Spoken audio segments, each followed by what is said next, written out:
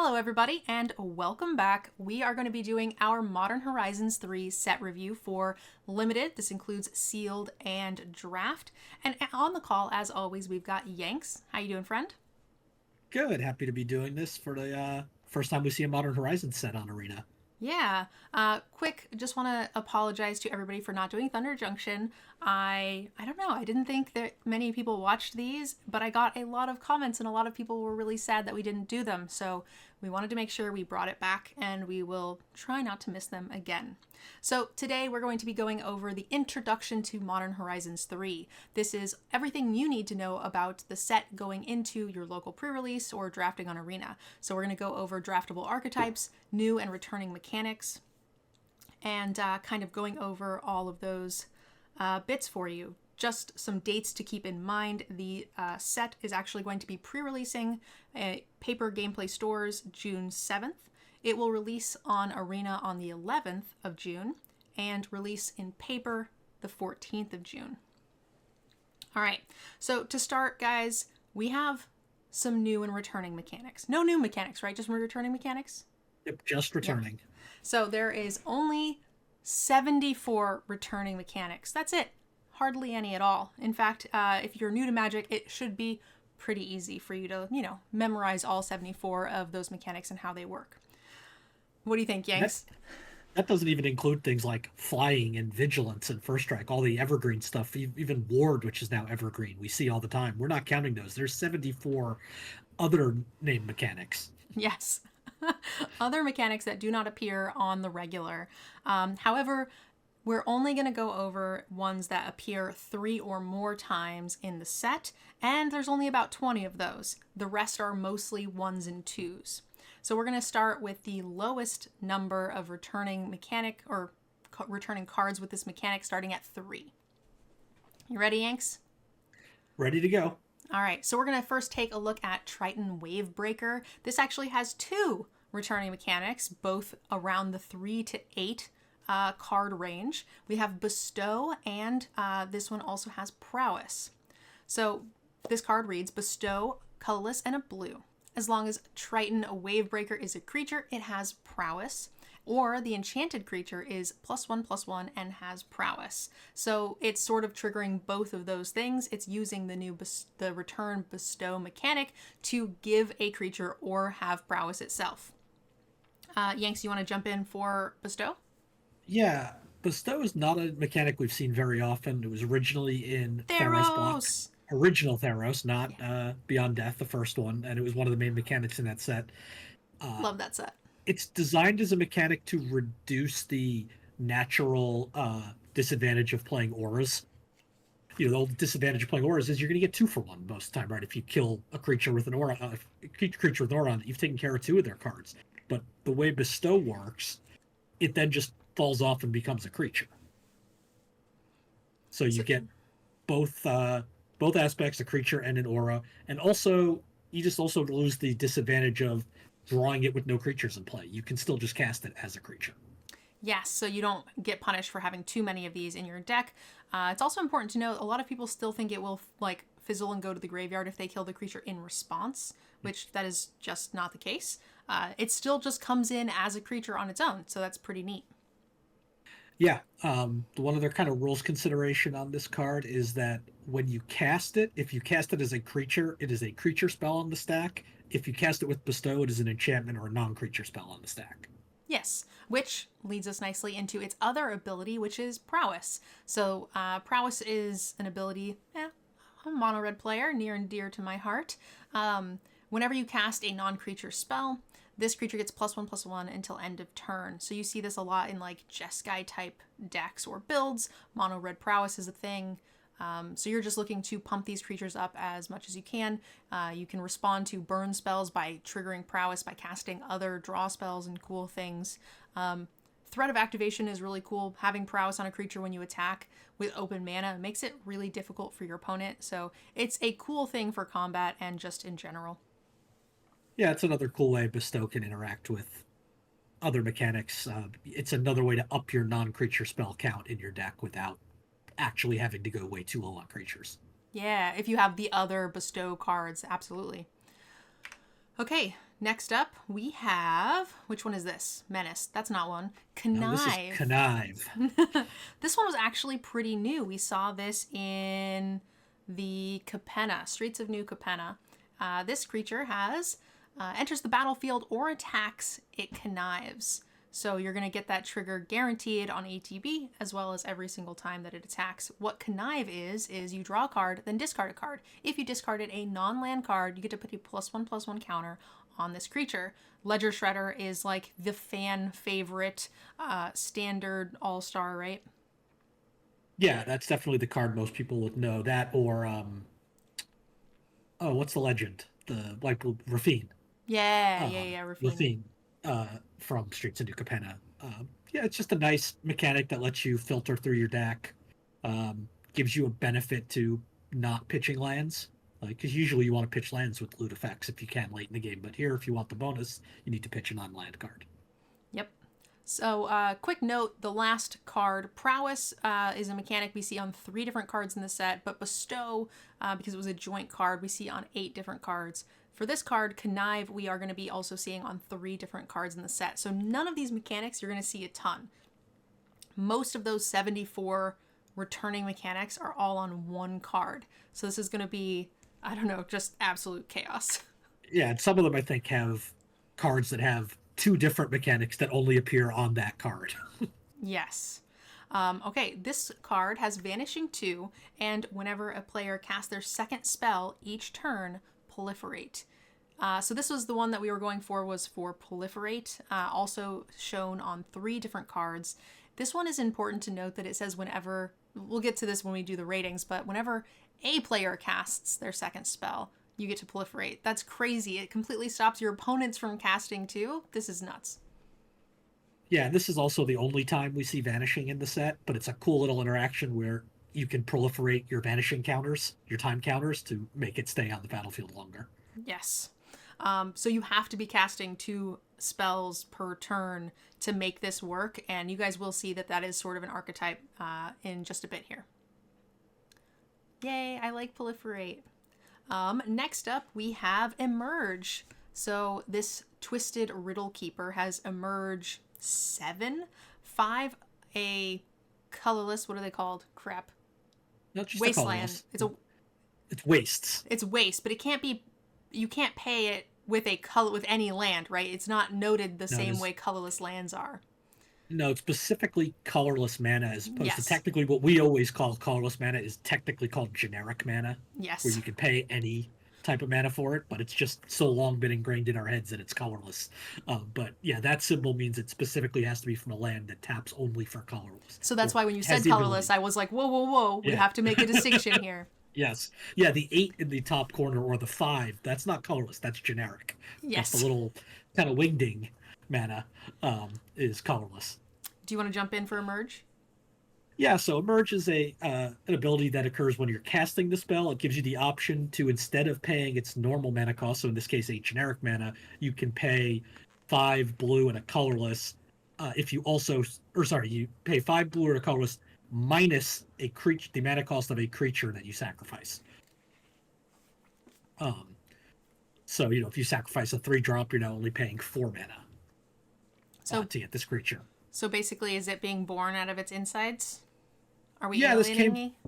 This came from Eldritch Moon, which is where this mechanic was first found, and that whole set was kind of about Eldrazi kind of just sort of taking over and sort of infecting almost the denizens of Innistrad, where they were just kind of, some of that art was kind of gross. They just kind of pop out of like their insides. You'd see tentacles and stuff squirming out of them. It was kind of gross. It is kind of gross. But I like the mechanic translating well to what the creature is doing storyline wise, right? You're sacrificing a creature and you get to decrease the mana cost because of how big or powerful that creature was that it came out of. I don't know. Gross, but I like it.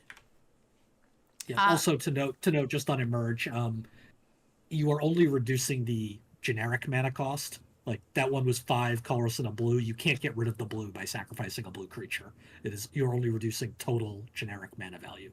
Yep. So you can't reduce the colorless or the blue, Yes. right? So Yes. just the 5 is up for grabs. Next up, we have the Transform mechanic. This is actually going to be featured on 5 Mythic cards. There is a cycle of Mythic Planeswalkers that come in as a creature. So this is a really exciting thing for you Commanders players. We get more Planeswalkers in the command zone. You guys can play a Johnny here, which is really neat. So the Transform mechanic takes place whenever one or more cats you control die. You can exile a Johnny and return him to the battlefield, transform under its owner's control. So it's interesting that Transform doesn't usually mean it exiles, it just flips and it stays on the battlefield, so you would have counters and things on it. But because this one specifies that you exile, you actually would do that. So, counters and things like that fall off. I'm guessing it's because it's transforming a card type. I mean, all the 5 original sort of flip planeswalkers from Magic Origins did the same thing. They exiled and came back. So that probably has something to do with it, the fact that they're different card types. The other thing, too, is if this didn't transform after being exiled, like let's say they go to kill a Johnny. What you could do here is you could kill your own cat in response and exile a Johnny, flip him, and then their removal spell would fizzle.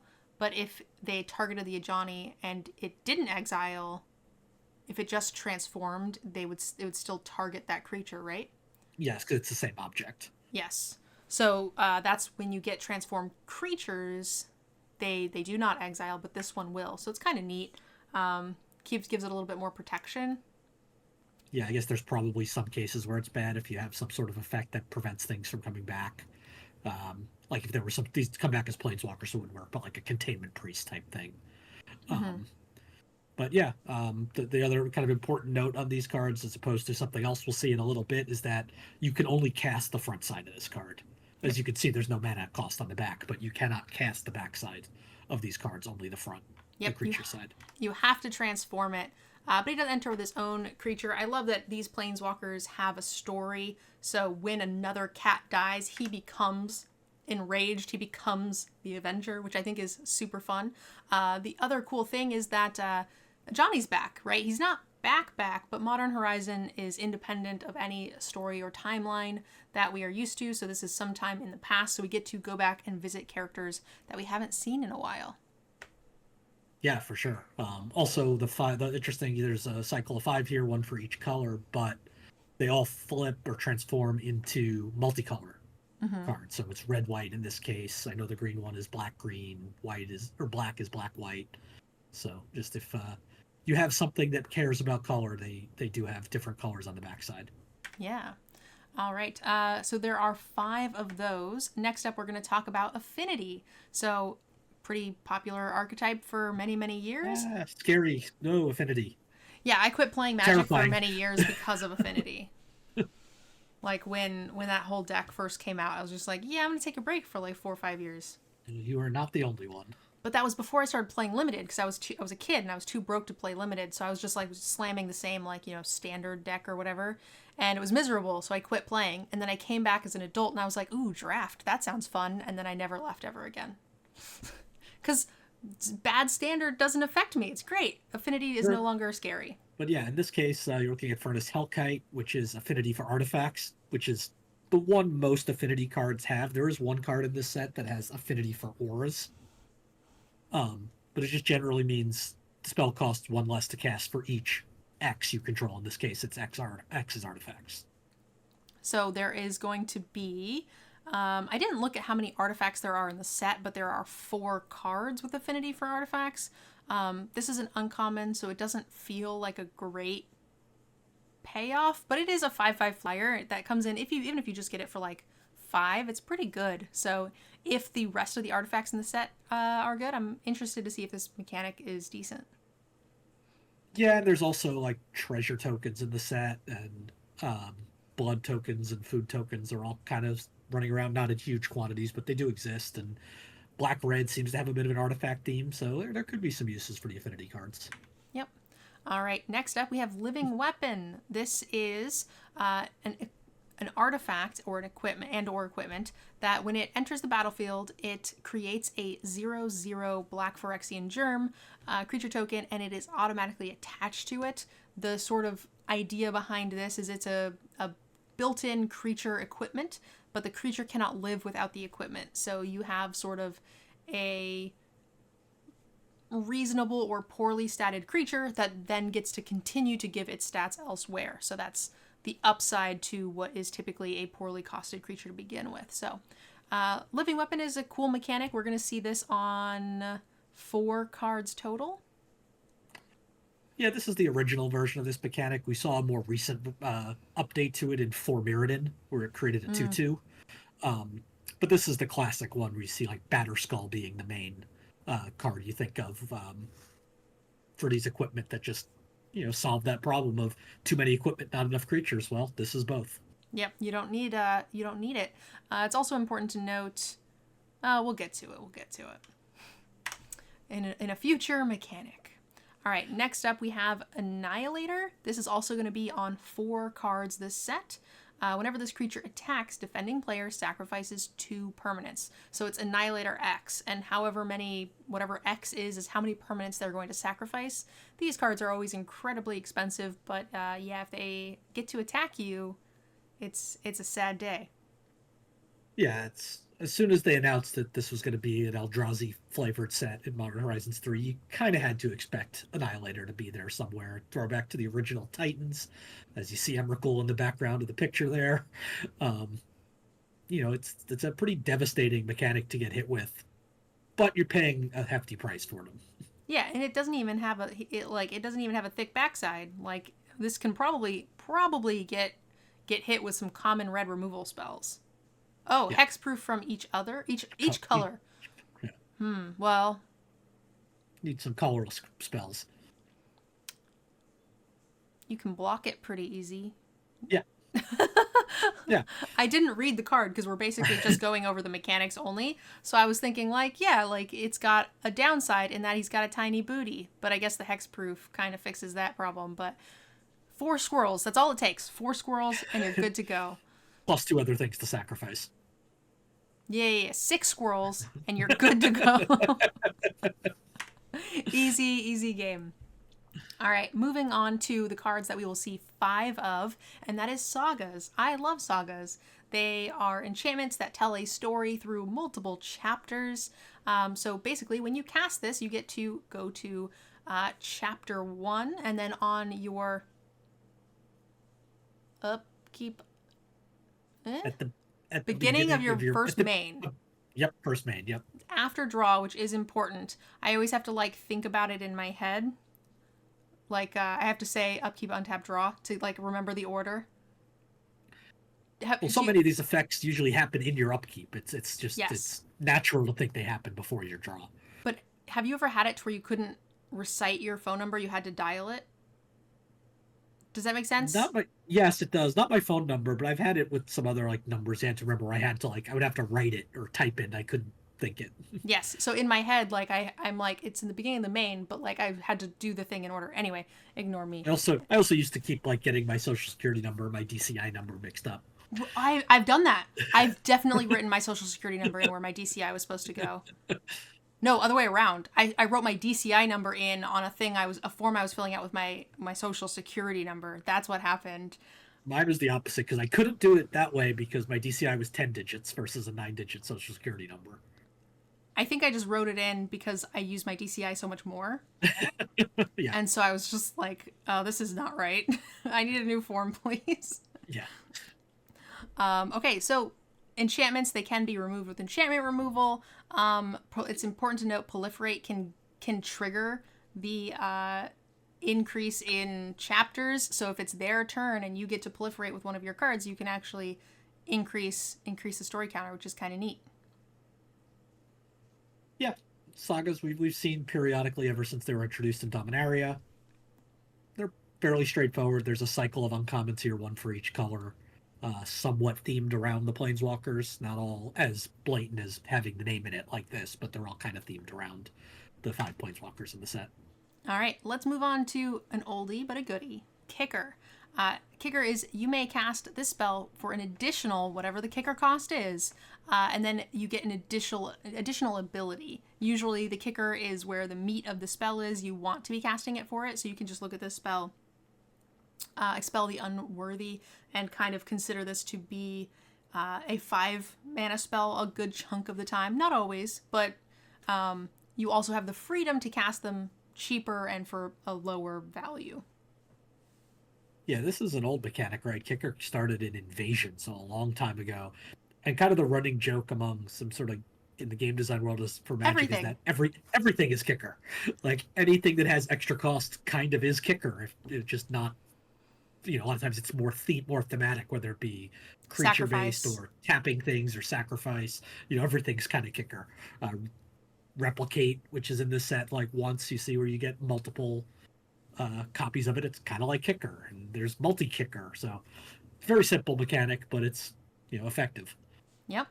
I like kicker. Next up, we have Landfall. Oh, Kicker's also in 5 cards in the set.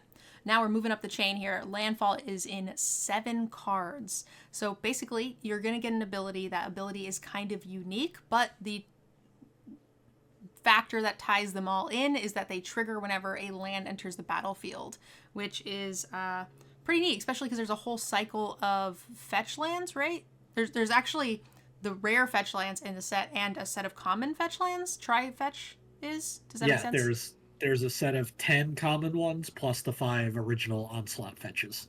Yeah. So a lot. So we're going to get some landfall triggers, and a lot of them are rares, and they've got really good payoffs. So every single time a land enters the battlefield, you do a thing, and if you have one of those fetches, you're going to get that trigger multiple times. If you have cards that say sack a land, find 2 lands, put 2 lands into play, you're going to get all of those triggers. Yeah, and the great thing with those fetch lands is that you get to have the threat of doing it at instant speed. Yeah. Next up, moving up the chain, we have Adapt. This was in Shark to Crab. I never remember which was in Guilds of Ravnica versus Ravnica Allegiance. I always get those two mixed up. It was Guilds. Ravnica Allegiance is older. Nope, it was Ravnica Allegiance. Really? Yep. Okay. There were the 2 sets right next to each other. Before War of the Spark. I always mix those 2 up. God, it feels like that was forever ago. How old are we? That feels so long ago. God, okay. That was 2019. Bleh. Everything pre-COVID. That was the feels before so long ago. times. Oh my God. The long ago. The rocks were still soft. This actually has 2 different mechanics that are returning on it. It has Adapt and Modify. An ability for Modified, which is just a general term for a mechanic, but it itself does not have a Modify ability, if that makes sense. So Adapt here is going to be on 10 different cards, and then we've got Modify, which is also on 10 cards. So Adapt is you pay whatever the Adapt cost is, and then you have Adapt X.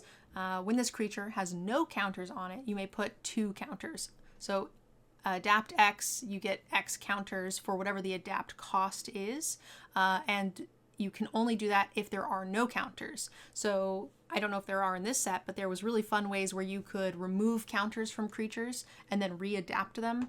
I remember there was like a Gruul card that could remove a counter from any creature and shoot something for 2 damage, and then you would keep readapting your like Shark to Crab and tapping their creatures down with stun counters, basically. It was really fun. So there are cool things you can do. It's not just limiting. So if you can build, it's pretty unique. Yeah, Adapt is I'm trying to figure out which pun to use, a modified version or an adapted version of Monstrosity from original Theros block, which was similar, except you could only do it once per game. I mean, if it left the battlefield and came back, you could do it again. Yep. Here, they changed the way that works, so you can do it multiple times if you meet the clause of not having any counters on it anymore. For Adapt. Then for Modified, you kind of mentioned it. It's not really a mechanic, it's just more of a descriptor, but it does. Modified Matters kind of shows up a bunch in the set. Yes, so the Adapt is a +1/+1 counter, which leads nicely into the Modified ability here. Modified creatures you control have trample, so that includes equipments, auras, and counters are modified creatures. So this, once you've adapted it, it modifies itself. So any creature that is not its base power and toughness, if you've put an equipment or an aura or a counter or something on it, you will be getting this ability. So he kind of modifies himself, which is really cute. And so you have a Modify Lord here. Again, that's on 10 creatures that will matter. Anything you want to add for Modified? Only just to, and it says it in the reminder text there, but it only counts auras you control. So Yeah. if your opponent has put an aura on it, that doesn't count as a modified creature, which is a little bit counterintuitive, but that is the way it works. I figure any aura my opponent has put onto my creature wrecks it to where it doesn't matter. So it Yeah, usually won't come up. it's just more like that auras you can it's only auras you control, but it's not only counters that you put on there. So like if somebody puts -1 counters on there, it does count. Yep. It does just say counters, so it doesn't say Yeah. specifically +1/+1 counters or Yeah. anything. I would imagine that's just because it's almost impossible to track that. Yeah. Next up, we have cycling. There's a couple of cards with cycling or permanents with cycling. We also have a cycle of lands where we have this really unique cycling cost. I thought this was pretty cool. So to discard this, you also will pay green, blue, and red, and you can then discard this and draw a card. That is a unique and expensive cycling cost. I'm not a huge fan, but it by itself is already a card that is valuable, so it's fine. It's just free. Yeah, it's an interesting take on like Evolving Wilds, right? Evolving Wilds, you can just it's very simple. Tap sack, get a basic, put it in play tapped. Here you're restricted on which lands you can get to 3, but it also taps for colorless, so it doesn't delay it a turn if you just need that colorless mana. And you can cycle it late game. Yeah, this is going to be a great option for like commander building and stuff like that. So I think this is a very versatile land. I like that Evolving Wilds has evolved. Yeah. I think that the fact that it only gets 3 things is not a huge downside. No, certainly not. You're not playing more than that in most limited decks anyway. I guess the one downside would be if you're only playing 2 colors, you really can't really get the cycling benefit out of it. Yeah, but at that point you're just putting it in for the Evolving Wilds, and a lot of times if you're just playing 2 colors, you don't really want Evolving Wilds anyway. Sure. So and you get the bonus of it being tapping for colorless. Yeah, so you don't have that like 4th land come into play tapped if you need it to. Yep. Next we have modal lands. This was in Yanks. I believe they first started in Zendikar Rising. That sounds right. Yeah, that was the first set. We had like Balagan Recovery and that set was a banger. Like I feel like modal lands, that set made limited feel so good. These cards are still being played in constructed formats all over the place. And I feel like it was a real turning point for Magic. It made more games of Magic playable because you could put extra of these in. You're getting land screwed less. It felt great. I love this mechanic. It made for interesting deck building in limited, particularly because you figured your typical 17 land deck. Does this mean you can play fewer lands and count these, or does it just mean you can play more to make sure you never get screwed, and you're not going to flood because you have the spells? It's like depending on how aggressive your deck was, it would probably shifted how you decided. I put it in the middle, so I did every 2 of these I could remove a land. Okay, yeah. So it was like because I still want to be casting most of these, and it was sort of like an insurance to not flood or screw a little bit. So that was sort of my vibe on it. So what do these cards mean? These modal lands. So the front side of it is a spell. You can cast it for this spell, no problem. The back side of it is a land, and you can just take it out of the sleeve, and you choose whatever side you want to play. Typically, they enter the battlefield tapped. Some of the rares and stuff, you can pay 3 life, and they'll not enter tapped, stuff like that. Yeah, this whole cycle of uncommons has that pay 3 life clause, which used to be only on rares, like you were saying in the original set. And this is now on uncommons, so life is a resource.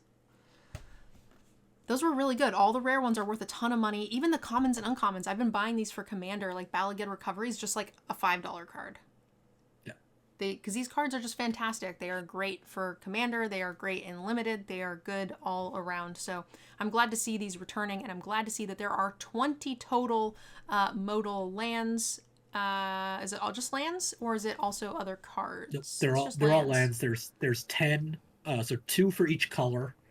And then there's also 1 for each color pair, and the front side of that is a hybrid casting cost. We don't want no mana screw. Woo!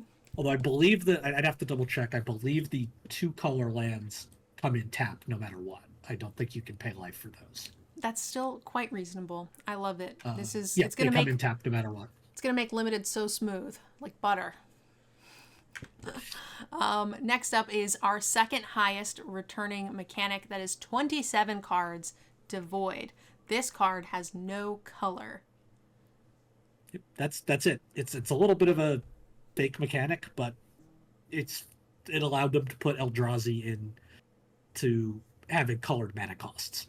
Basically, this was in Battle for Zendikar and Oath of the Gatewatch. You saw this a lot. They occasionally have some colors matter stuff, which you do see a little bit of in this set. So just basically, it's exactly what it says. This card has no color. That's all it does. 27 cards have no color, even though they have a color. Yeah. Here we are. Pretty simple. Don't need to go too much into that. And the number one mechanic that we see in this set appears 35 times, and that is energy. Energy is a pretty fun mechanic. The first time we saw it was in the Swirly set. Kaladesh was, I think, the first time we saw it. I think that's the one that has the swirly symbol. It does, kind of. Yeah. It's like a thing like this. Yep, that's exactly Yep. I remember I drafted that set a lot.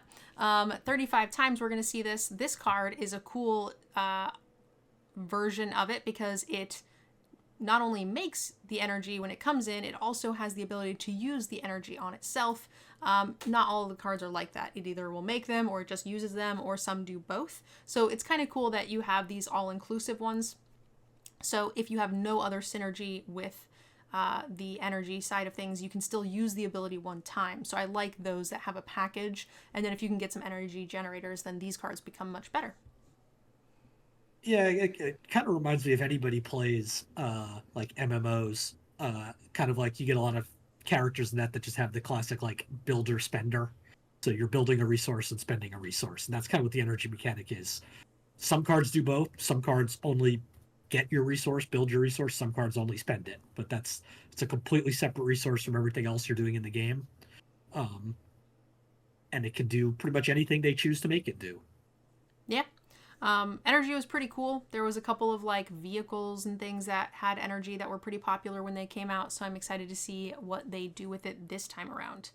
That is the end of the mechanics that are 3 or greater, but like I said, that was only 19 mechanics. There are 74 returning mechanics that have kind of been throughout Magic's history that you will see also on 2 or 1 cards, and that includes... We're going to give you a quick list. We're not going to go over each of them because, again, they only appear 1 or 2 times.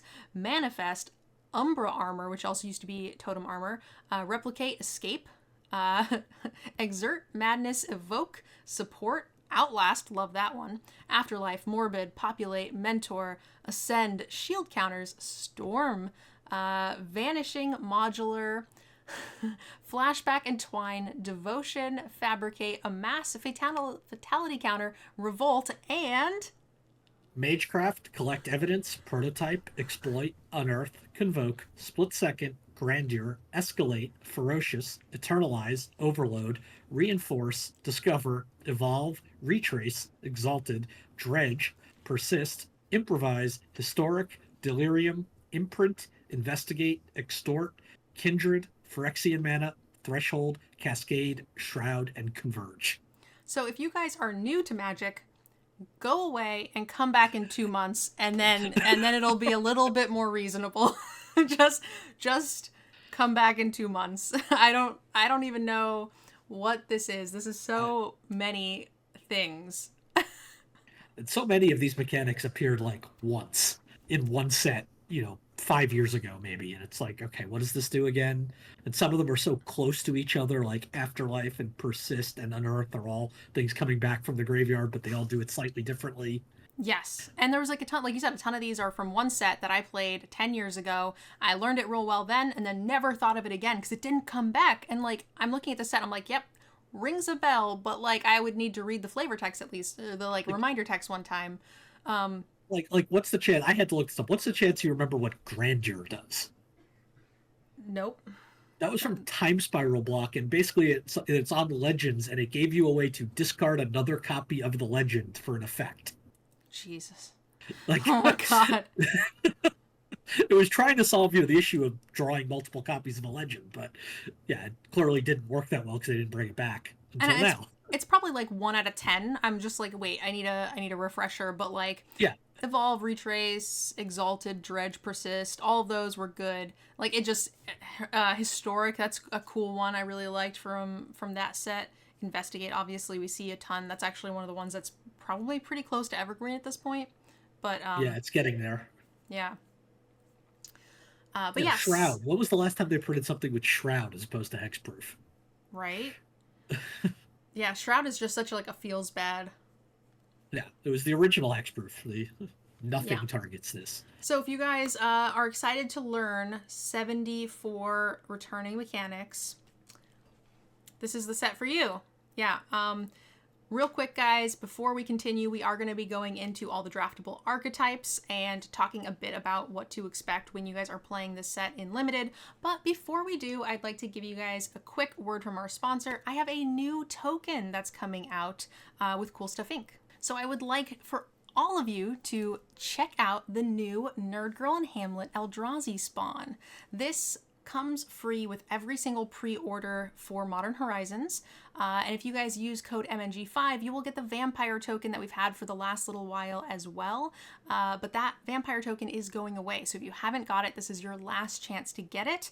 But if you pre-order Modern Horizons, you'll get this guy for free. You can get 2 Nerd Girl tokens with any pre-order.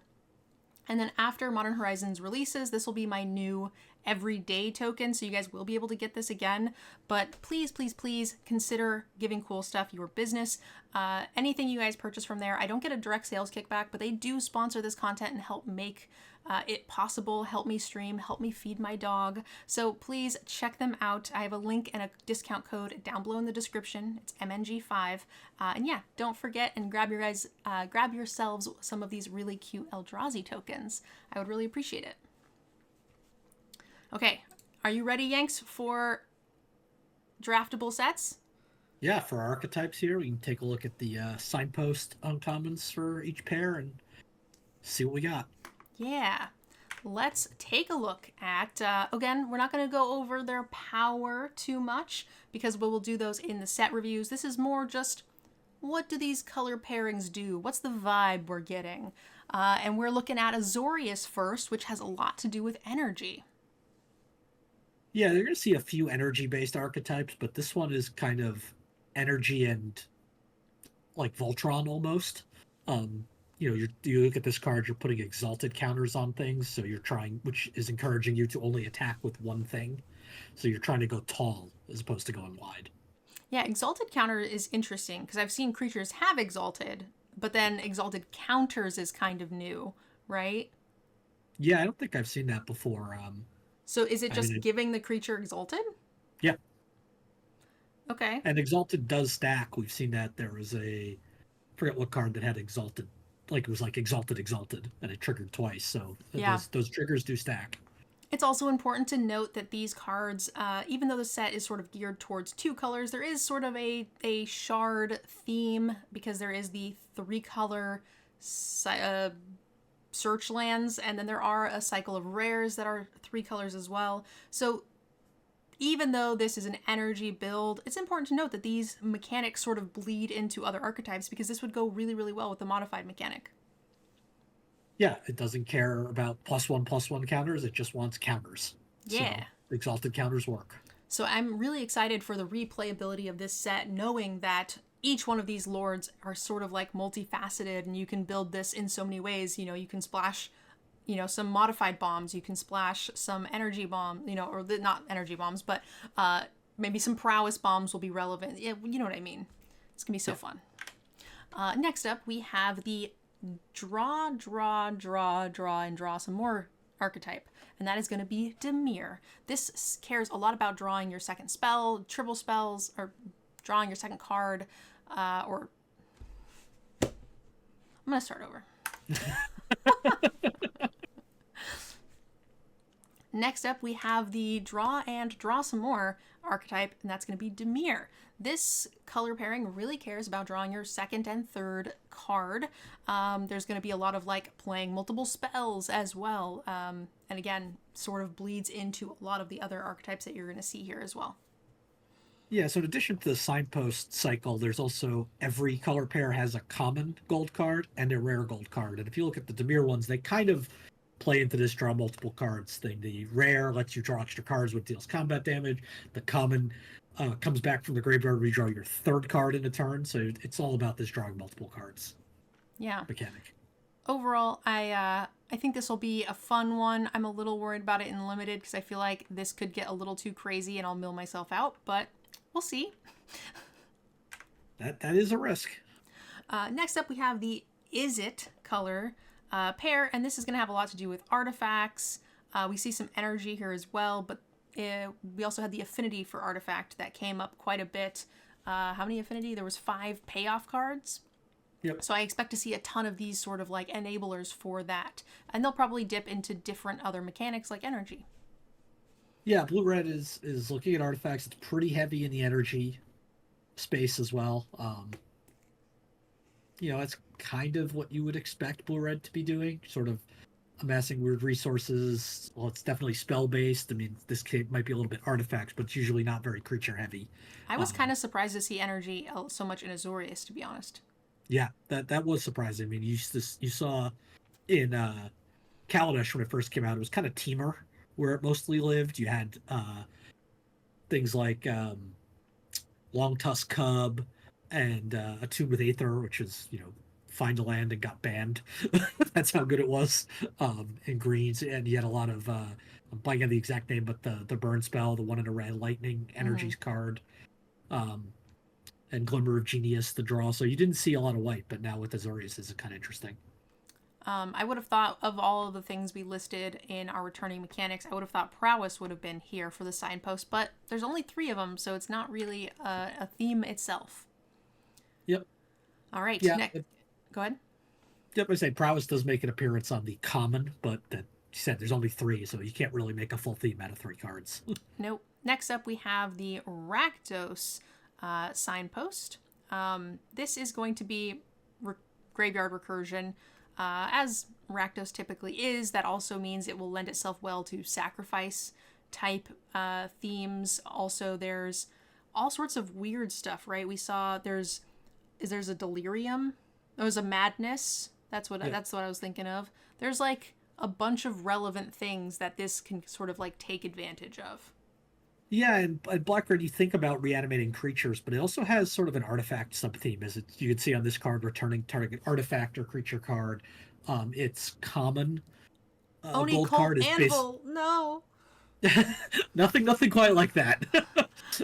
But it's common is basically a cranial plating, which obviously cares about having a bunch of artifacts. So it's working on both avenues there, both creatures and artifacts. All right, moving on. We have Simic. Ramp a lot, play big spells, has a fair number of like fat Eldrazi's. So Simic doing what Simic always does, and that is playing thick boys. Yeah, there's some kicker cards that in the set. There's like a colorless one that has both green and blue kicker costs, so obviously generating more mana to pay those more expensive cards. Kickers tend to be pretty pricey. I'm just hoping that the Simic theme doesn't turn out to be losing like it has in most sets recently. But because the problem is like ramp into big spells, and what happens is you draw all your big spells and not your ramp, or you draw all your ramp and no big spells. Yeah, you think that, okay, that synergizes well, but it's also like absolutely requires you drawing the right number of both. Yeah, definitely. All right, next up, we have one of my favorite color pairings, Orzhov. I'm an Orzhov girly for sure. And this is going to be, it's cool to see an adventure here. It didn't make the like 3 or higher list I was pretty sad about, because I love adventures. I think it's really, really cool. Overall, Yanks, what do you think the Orzhov mechanic's going to be? Orzhov is definitely looking at modified and some counter synergy. I mean, both halves of this card are dealing with that. This is sort of a lord for modified. I mean, it's more of modified matters than a lord, I guess, and then it's caring when they die. But it's just getting bigger and bigger every time they do. It's such a big payoff. 2 mana to put 2+1/+1 counters on 2 different creatures in a format where modified matters is such a big card. Honestly, I think this is a great signpost. Yeah, and then the common is kind of cool. It has flying as long as it's modified, but it has persist. So when it dies, it comes back with a -1/-1 counter and has flying. Oh my god. so so cards have had more and more text, and the abilities have had more and more sort of like complex like uses. And we got to the point where they were just like, okay, how do we get more? And they're just like, let's put 2 of those abilities on the same card. Oh my god. Yeah. Fun note with that card and kind of with this together, if it has a -1/-1 counter, if you put a +1/+1 counter on it, it is no longer modified because they eat each other. And the I'm counters just go away. I just don't even know what are we gonna do when they put like, you know, let's say mutate and connive like on you know what I mean, like onto like the same card. And Questing Beast is starting to look simple. Yes. Every card, draft commons, 5/2, no flavor text, is now a questing beast every time. I just can't anymore. Like, I'm getting too old and my brain is like, too Swiss cheesed. Okay, let's move on to Golgari. Adapt, which is really cool.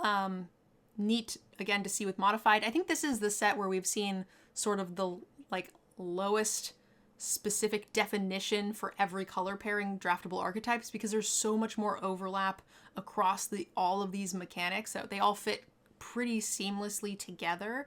So I think that the 3-color building is going to be really fun. But we've got Adapt, and whenever 1 or more +1/+1 counters are put onto a permanent, put an additional counter. So this kind of overlaps really well with like Selesnya. This is actually one of the cards I was telling you about before the stream where I got to draft. This was my 2-drop. So it was like Hardened Scales, this thing, Branchwood Armor into double 8/8 dogs. Yeah, that seems perfectly reasonable. And I was Selesnya splashing just 2 of these. It was crazy. It was so good. Yeah, I'm interested to see how the 3 colors sets work. The one that looks really synergistic is Abzan, and it looks a lot like Khans of Tarkir Abzan, where it was all about counters, and in that case it was Outlast. But here you've got Adapt, you've got Modified. They all kind of seem to be working in that same counter space. Yeah. I love this card. I think this is super good. I love seeing it. I love that it's actually not going to be that powerful, I think, in its color pairing specifically, and it's going to need a little outside help. But I really think that that's going to make building so much more fun. All right. Next up, we've got the Selesnya signpost card. Aura and enchantment spells cost X less to cast, where X is this creature's power. So this is going to be, again, very modified. It's going to incentivize you for auras and equipments. Whenever you attack with a modified creature you control, gets X plus X plus X, where X is this card's power again. So it's going to discount those and help you attack for even more. So that's pretty neat. Again, a lot of cross synergy there between the Abzan colors. I love it. Yeah, I like that this card is kind of more focused on the aura and equipment portion of modified rather than just the counters. That's not true for all the Selesnya cards. The common you were talking about is all about counters. So it's all playing in that modified space, but at least you got someone sticking up for the other types of modifications here. Yeah, and like if your payoffs are split in Golgari for counters, maybe you don't want to go in that way. I think the fact that we're seeing the signpost be not your typical easy modification means that each color pair is going to have multiple ways to build it. And then that doesn't even include branching out into all the other 3 colors. It's going to be so good. Next up, we have Boros. Again, a lot of energy that we're seeing here. Go wide. When this enters the battlefield, create 2 gremlins. And then you get an amount of energy equal to the number of creatures you control. And then you can pay 4 energy and creatures get +1/+0 and gain haste until end of turn. So it's an enchantment that makes creatures, gives you energy, and then you can constantly dump energy into it as a sort of energy sink to get a nice little bonus. So we're looking at go wide and energy here. As much as I don't like to play Boros, I appreciate its consistency. Boros does what Boros does. It attacks fast and usually wide. Um, Yeah. the energy theme is a little different, right? There tends to be a little twist based on the set in question. In this case, it's energy, but you know what you're getting when you're signing up to play Boros. Yeah, I feel like I am not super surprised to see energy here.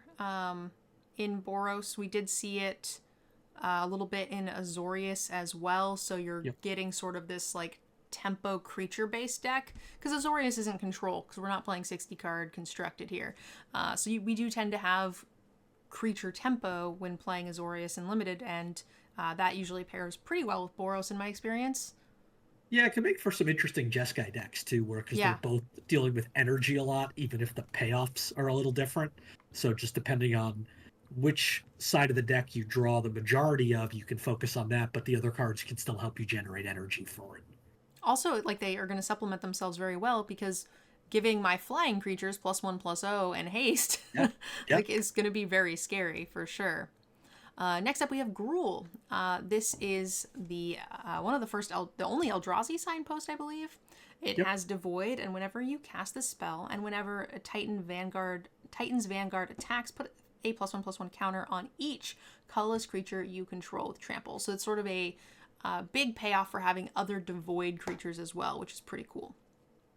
Yeah, there's a lot of Devoid cards in green, particularly a decent number in red, which makes your Gruul. 27 total Devoid cards. Um, yeah, I mean, Gruul's another one kind of like Boros. It's pretty consistent. It's big creatures, smash face. Um, it's what this does. A little bit of ramp usually filtered in there, usually on the green side. Some removal spells, and you got yourself your pretty bread and butter limited deck. Yeah. Overall, what are you most excited for of all of these color pairings? For me, it's a little tough just because, like I said, there's so much bleeding all over the place, which we don't usually see in sets. But which one are you most excited for? So I'm most curious to see what Demir looks like, because I don't Draw. think we have a great handle on it. Like, what are your real big payoffs? I know we have the common that comes back when you draw 3 cards, but what are the other payoffs other than just getting to filter through your deck? I saw Um, or, I saw a comment that was like when you draw 3 cards, do like, something.